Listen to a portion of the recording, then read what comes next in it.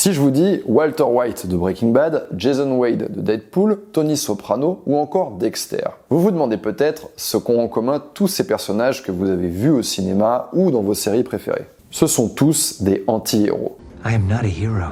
Des personnages de fiction qui, de par leur comportement parfois douteux, complexe ou confus, suscitent en nous un mélange complexe de sentiments. Ils peuvent nous agacer, nous dégoûter, voire nous frustrer, tout en éveillant en nous un attachement ou une certaine fascination. Par exemple, la série Breaking Bad narre l'évolution d'un père de famille et professeur de chimie ordinaire qui se métamorphose en un redoutable trafiquant de drogue. Le spectateur se retrouve déconcerté car, même s'il comprend les motivations de Walter White pour agir ainsi, c'est-à-dire subvenir aux besoins de sa famille, ses actes moraux discutables, comme le meurtre d'innocents, l'usage de la violence, la vente de drogue à des adolescents, tout ça va susciter des interrogations profondes. Ce sont des personnages de fiction qui, le plus souvent, suscitent en nous un mélange complexe de sentiments positifs et négatifs. Et c'est justement cette dualité qui les rend si captivants. Dans cette vidéo, nous allons essayer de comprendre ce que les anti-héros révèlent de nous, comment leur maladresse et leurs absences de moralité, ou même leur violence, mettent en lumière la complexité de notre univers quotidien. Alors c'est quoi un anti-héros ? Vous l'avez sans doute déjà compris, il s'agit d'un personnage cinématographique ou littéraire qui se distingue des héros traditionnels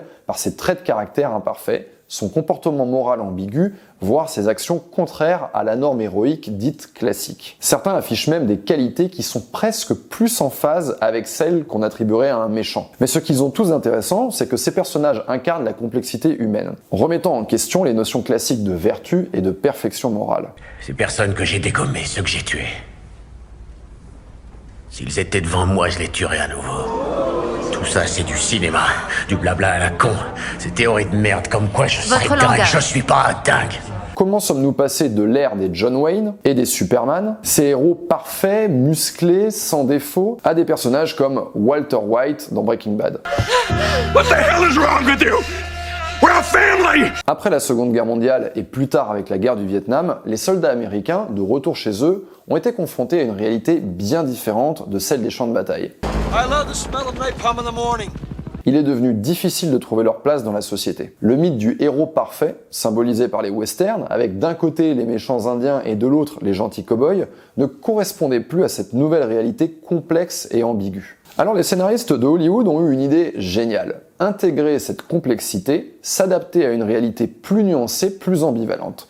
Ils ont commencé à créer des anti-héros. Des personnages avec des failles, des doutes et des imperfections. Plus tard dans les années 90, l'arrivée des chaînes câblées aux États-Unis a accéléré ce phénomène. Pour se différencier de la concurrence, elles ont choisi de renouveler la figure du héros en le rendant plus humain, plus crédible, plus proche de nous.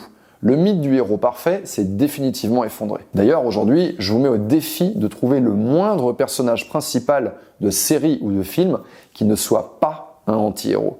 L'évolution du storytelling nous a menés vers des personnages complexes, à l'image de la complexité de notre propre réalité. Les anti-héros défient les conventions du héros traditionnel en offrant une représentation plus nuancée de la nature humaine, ce qui les rend souvent plus captivants et réalistes pour les lecteurs et les spectateurs. Enseignement numéro 1, sortir du manichéisme avec Dexter Morgan. Le monde est souvent présenté de manière simpliste. Le bien et le mal, le blanc et le noir, les gentils et les méchants. Cette dichotomie est particulièrement visible dans les médias et surtout sur les réseaux sociaux où les débats sont souvent réduits à des confrontations très binaires. C'est comme quand on te dit « êtes-vous pour ou contre le nucléaire ?» ou « pour ou contre le voile à l'école ?» ou encore « pour ou contre les éoliennes ?»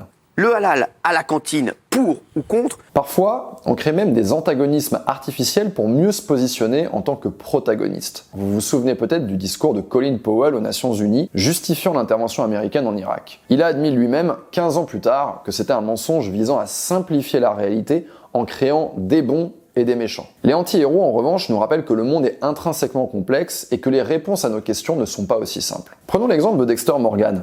I'm Dexter, and I'm not sure what I am. I just know there's something dark in me. I hide it. I certainly don't talk about it. But it's there. Always. Il est à la fois capable de résoudre des énigmes criminelles très complexes, mieux que personne. The husband leaves, forgets his phone. Wife finds the pictures. Wife throws phone at two-timing bastard. And shoots him. Boom, boom, boom, 3 times. She realizes what she did. She's distraught. She turns the gun to her chest and blam. Murder-suicide. Took you all of 15 seconds to solve that. It's a pretty easy one. Mais c'est aussi un tueur.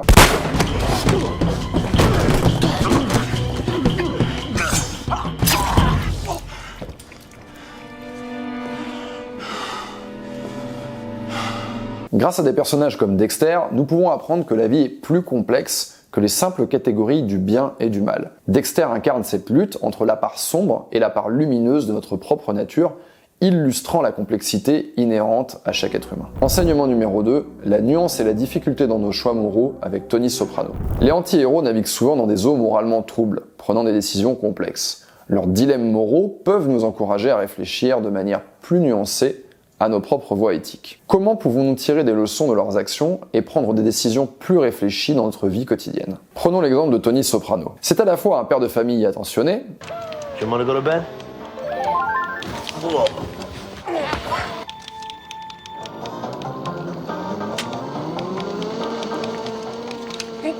It's called a handicap. et un chef de la mafia craint et respecté qui, pour ce faire, doit souvent faire usage de la violence. How you doing, Mikey? How you doing?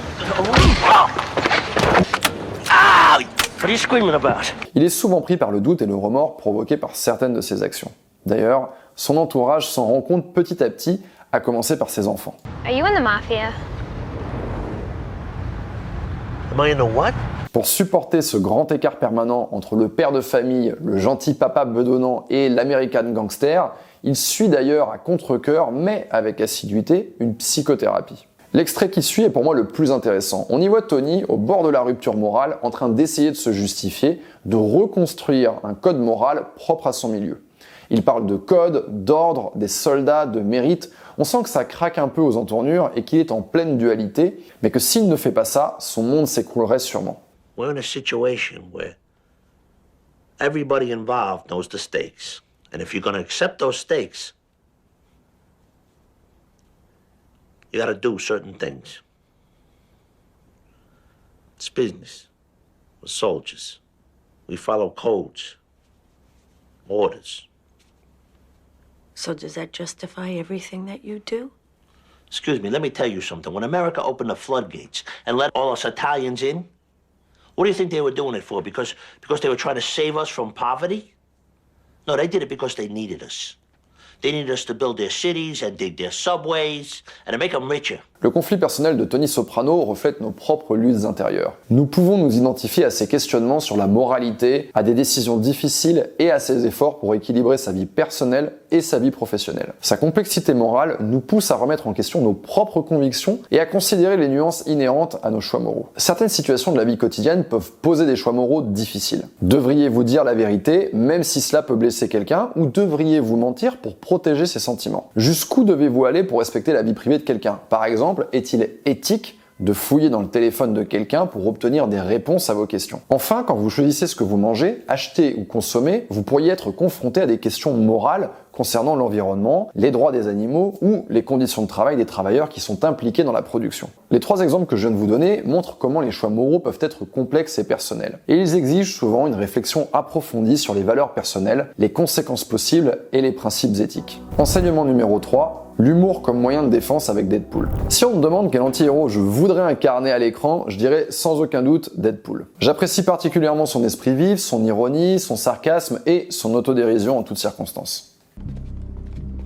Wait! You may be wondering why the red suit. Well, that's so bad guys can't see me bleed. This guy's got the right idea. He wore the brown pants. Fine! I only have 12 bullets! So you're gonna have to share. Car il utilise tout ça comme une armure pour affronter sa propre douleur et ses expériences traumatisantes. Un bon exemple, quand Deadpool se moque de lui-même et de sa propre apparence, notamment de son visage défiguré. L'utilisation de l'humour lui sert souvent à dissimuler sa douleur émotionnelle. On dit souvent que l'humour est la politesse du désespoir, eh bien c'est un peu ça la leçon de Deadpool. And this one.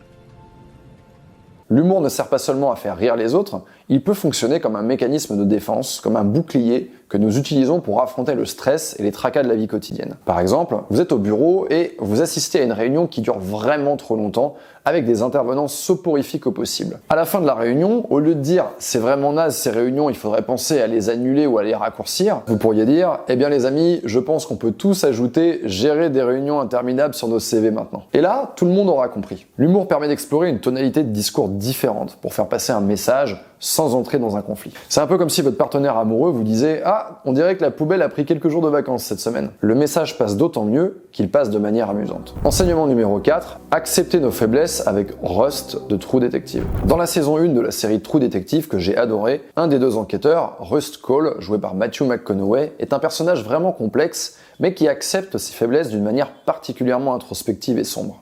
You're a bad man. World needs bad men. We keep the other bad men from the door.